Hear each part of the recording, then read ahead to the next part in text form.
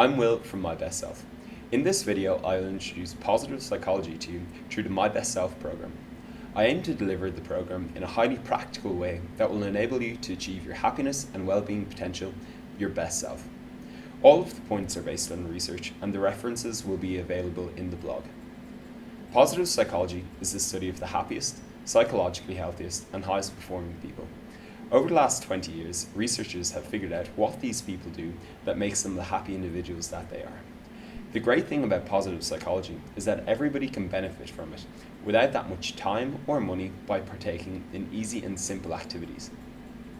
A good starting point is telling you that happiness is 10% circumstantial, 40% how a person perceives and engages with the world, and 50% genetic. That means that things like a person's socioeconomic status, wealth, level of education, and health only account for 10% of their happiness. Yes, 50% of our happiness is totally out of our control, but it leaves us with the opportunity of influencing 40% of how happy we are. Secondly, only 1 in 5 individuals are flourishing relative to their capability at any one time. 3 in 5 are performing averagely, and 1 in 5 are languishing. Using positive psychology techniques, we can perform to our potential and flourish, escaping the cult of the average and languishing. The great thing about positive psychology is that it is a double-edged sword. Not only does it enable people to achieve their happiness potential, but it also helps in the prevention and cure of mental illness. If everybody embraced positive psychology into their lives, not only would we have a happier and more caring society, but mental health difficulties would be lower in number and severity. Positive psychology has identified several key areas that contribute to an individual's happiness. These are gratitude, optimism, mindfulness, relationships, flow and engagement, exercise, caring, and knowing your individual strengths and virtues. Gratitude is simply being grateful for what you have in your life. Gratitude is about focusing on all of the positive things that you have as opposed to what you don't. By writing down 3 new things that you're grateful for 21 days, you can develop gratitude, which will make you scan the world for the positives in your life. If writing down what you're grateful for isn't your style or feels awkward for you, you can develop daily gratitude rituals that will produce similar results. For example, you could think about what you're grateful for every time you have a shower or during your daily commute.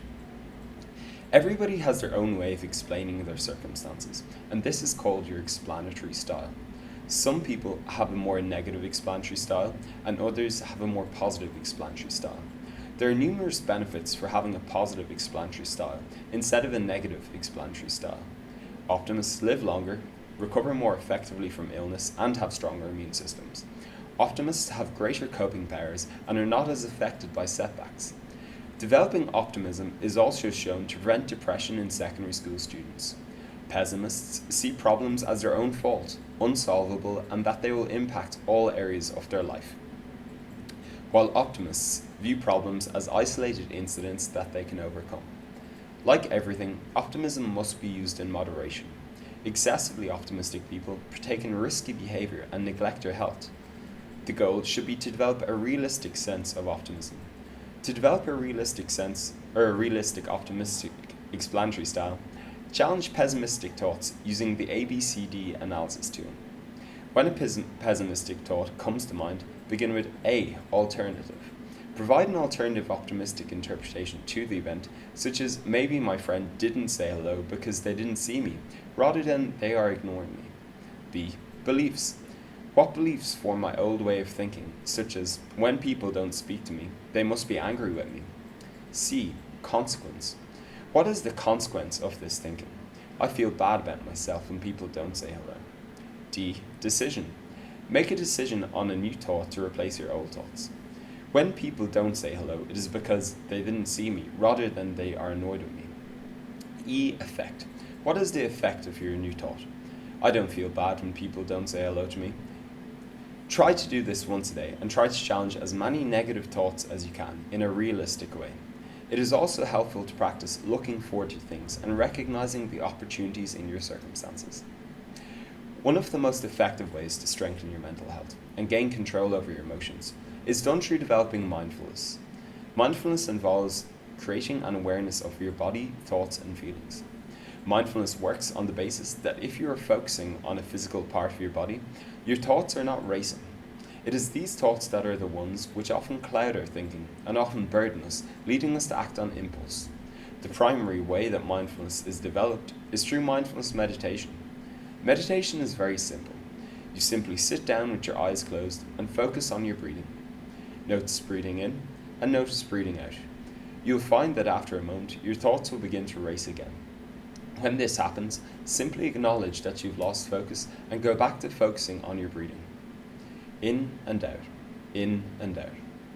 Your thoughts will continue to distract you and you will continue to lose focus. When this happens, once again, just acknowledge that you have lost focus and go back to focusing on your breathing. When your thoughts interfere, you are not trying to push them out of your mind. Simply acknowledge that they are there and go back to focusing on your breathing. This process creates an awareness of your thoughts and feelings.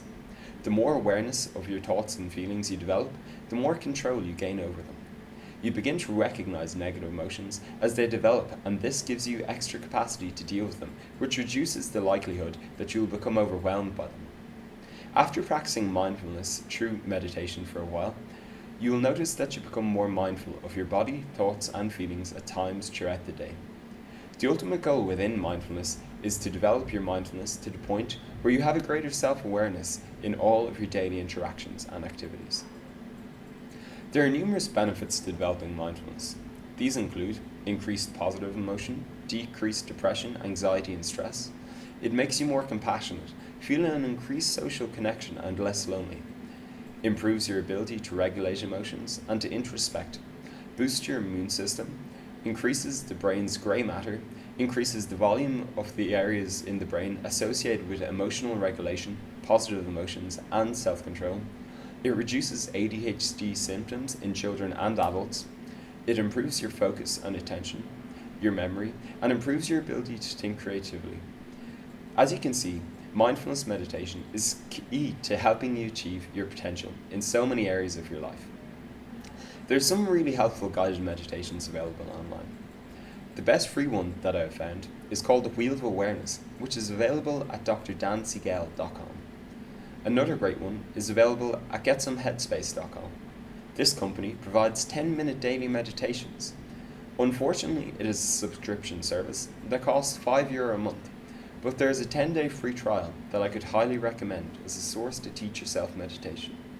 I will make these links available on the blog. To complement the process of getting to know your emotions, it is helpful to make a list of all of the positive and negative emotions you experience. Don't be alarmed if your negative list is 3 to 5 times bigger than your positive one. This is simply down to the English language. An interesting finding regarding emotional intelligence, which is essentially how much control you have over your emotions, is that individuals in the upper tiers of management in companies are those people with the highest levels of emotional intelligence rather than IQ. You should aim to meditate for 70 minutes each week. This can be divided into 7 10-minute meditations, 20 minutes of meditation every second day, or 2 35-minute meditations. You can do whichever one you find best for you. Currently, I meditate for 10 minutes twice daily, and it is something that I always try to do more of. Because I've been doing it for over a year now, I'm at the point where I know what behaviors and circumstances are associated with my positive and negative emotions. This allows me to choose to engage with the behaviors and circumstances that bring out my positive emotions, and then, when I experience negative emotions, I have more information and capacity to deal with them, so they do not affect me as much as they would if I hadn't developed mindfulness. The thought of sitting down and focusing on your breathing in order to gain control over your thoughts and emotions may seem laughable to many people, despite the evidence for the numerous benefits of doing so. In his book Positive Intelligence, Shirzad Kameen provides a far more practical alternative to mindfulness, through focusing on your body for 10 seconds at a time during numerous times throughout the day. He also identifies very practical descriptions of the various destructive racing thoughts that we may have. I could highly recommend this as an alternative way towards developing mindfulness, and it would also complement meditation very well. Positive Intelligence is in fact a book that applies positive psychology to business. Research based on businesses that adopted the Positive Intelligence program showed an increase in performance of sales teams of 37%, an increase in team performance of 31%, medical diagnoses were 19% faster, creativity tripled, and overall individual happiness increased. These findings are truly incredible and capture the real potential of how the introduction of positive psychology can impact all areas of a person's life with huge reward. An important part of well-being involves taking part in projects and activities. Investing time and effort into such things can be highly rewarding and may provide us with what psychologists call flow experiences. This happens when we are so engrossed and engaged with an activity that we forget about all things outside our immediate experience. Another description of flow may be in the zone or being present. At any one time, it is best to have 3 projects on the go. These projects should challenge us and engage our skills and strengths. An example of such projects may be a college assignment, fundraising for a charitable organisation, or playing sports on a team. Within each project, it is best to have goals to work towards. If your goals are long-term, it is also best to divide these bigger goals into smaller short-term ones. Working towards goals provides great structure and map to our day-to-day lives, as well as helping us perform to our potential. It also prevents us from getting stuck in a rut, which brings out feelings of stagnation. Setting goals and working to achieve them will create feelings of involvement and progress. However, it is important not to become too results orientated. You should aim to focus on the process and enjoy the journey. Something that is good to work towards is your best self. It is helpful to imagine yourself 1 year from now and think about what your best self might look like. Think about the circumstances that have come together for you to be at your best self and what you might have to do to achieve these circumstances. If your plan to achieve your best self involves losing some weight, it is important to be aware of eating disorders, as these can really take over a person's life in a very unpleasant way. Your motivation for achieving your best self should be you. Do this for yourself because you love and value yourself as a person. Helping others is a great way to boost your happiness. Random acts of kindness make you feel good about yourself and strengthen your social connections. Aiming to carry out 3 to 5 random acts of kindness per week is a great goal to have. Being involved with a charitable organisation can provide you with a strong sense of purpose, and knowing that you are investing your time to benefit others can be highly rewarding. There's so many types of volunteering available, so it is possible to find something that is interesting to you. I would strongly encourage you to consider volunteering for something that interests you. Regular exercise that suits your level of ability contributes to maintaining a strong mental health. Some benefits include increased energy, improved mood, and a reduction in stress, anxiety, and depression. You should aim to exercise 3 times per week. It is worth noting that alcohol and drugs play no role in medium or long-term happiness levels, yet we live in a consumer culture that suggests otherwise. And we all know about the potential problems that may arise if we develop a dependence on alcohol or drugs for our happiness. How we think about ourselves and other people dictates so much of our day-to-day experiences. Sometimes we have defeating thoughts or feelings about ourselves that we are not good enough. To combat this, we must develop self-compassion. This involves recognizing that we are human and subject to mistakes and inconsistency, and not beat ourselves up over it. In her book, Self-Compassion, Stop Beating Yourself Up and Leave Insecurity Behind, Kristin Neff proposes that self-compassion is composed of self-kindness, common humanity, and mindfulness. Self-kindness is about recognizing that life isn't always easy, and you're probably doing your best to deal with your circumstances. Consequently, you should have a kindness for yourself. Common humanity is about recognizing that we are all human. Each person is faced with the same tasks of making something of themselves in life, trying to create and maintain a level of self-esteem and happiness. It is within this recognition of our common struggle that we should find forgiveness for those who wrong us in our day-to-day lives. We often find ourselves comparing ourselves to others. Sometimes we may point out how much better somebody is than us at a certain task, and other times we may point out how much better we are than somebody at a task. By engaging in such activities, we are constantly inflating and deflating our self-esteem, feeding the insecurity that lies beneath it. We should combat this insecurity by adopting an unconditional love and self-kindness for ourselves, based on a deep self-acceptance of who we are. With this in mind, we should ideally only think of ourselves and others with love and empathy in a non-judgmental and accepting way. As with optimism, while embracing self-compassion, it is most important to stay firmly in touch with reality. It is important not to become narcissistic, and self-kindness should not mean that you stop seeing to work or family care duties. Also, if you are adopting forgiveness through common humanity and someone is taking advantage of you, bullying, or abusing you, it is important to take firm and decisive action through the relevant authorities to protect yourself. An important concept in neuroscience is brain plasticity. Research shows that brains can change in shape and size throughout our lifetime. Our brains are made up of billions of neurons that transmit information throughout the brain. Within these transmissions are our thoughts, feelings, and behaviors. The more neurons transmit together, the larger the connections become. By repeating activities, thoughts, and behaviors, we reinforce neural connections.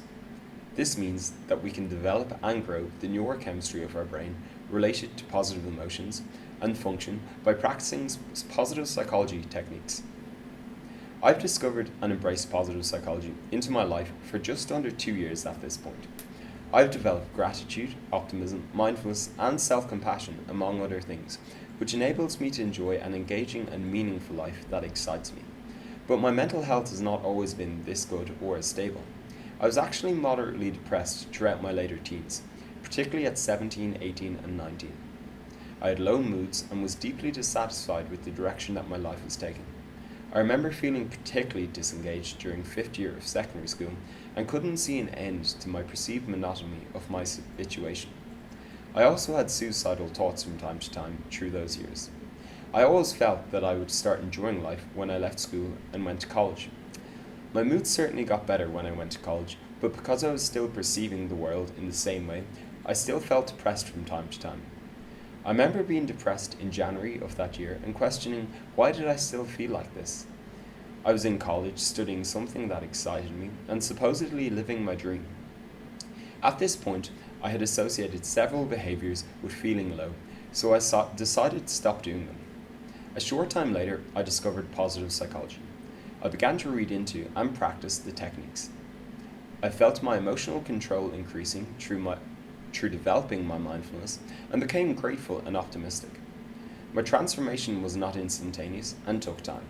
I still felt low from time to time, but as I continued to practice the techniques, the frequency and intensity of my negative emotions subsided. I'm at a point now where I experience strong positive emotions and have a general contentment with myself. If I experience negative emotions, I know that I can regain my positive emotions by discussing my experiences with someone and practicing positive psychology techniques. I still practice positive psychology techniques on a daily basis, and I know that my mental health and happiness are dependent on these. Mental illness in Ireland is so prevalent. At any one time, 1 in 10 Irish people are depressed, and 1 in 5 19 to 25-year-olds are experiencing a mental illness. Numerous campaigns are taking steps to inform the public about this and develop an understanding that mental illness is widespread, and this is very important. But currently, there is a complete absence of positive psychology in the mainstream in Ireland. People are not being educated about how they can lead the happiest and psychologically healthiest lives. Mental health in Ireland is currently an accident. There is no culture of preventing mental illness, and we wait for it to become a very serious problem before addressing it. I'm trying to introduce the idea that if we as a society want to tackle mental health illness before it occurs and lessen its severity, we need to create a culture where taking 15 minutes each day to do highly practical exercises is as normal and routine as eating healthily or exercising. Positive psychology cannot prevent all mental illnesses from occurring, but it can prevent some and lessen the severity of others. I've presented a lot of information and techniques in this video, but don't feel that you have to take it all on board at once. Maybe start with one exercise one week and then add another to your routine as you complete each week. By embracing positive psychology into your life, you're beginning a journey of self-improvement and discovery, so be patient and open to changing your outlook. It is hard to imagine what this change might look or feel like, but I can assure you that it will be most worthwhile. It is possible that watching this video may have brought up some uncomfortable or unpleasant feelings. If this has happened to you, talk about it with someone you trust. or visit reachout.com, or call the Samaritans at 1850 60 90 90. You can find a summary of these techniques in my other video and at mybestselfblog.com. There are also articles that elaborate on the various aspects of positive psychology and the personal stories page too. You can follow My Best Self on Facebook and Twitter for updates and more information. Thank you for taking the time to watch this video, and I hope that you found it helpful.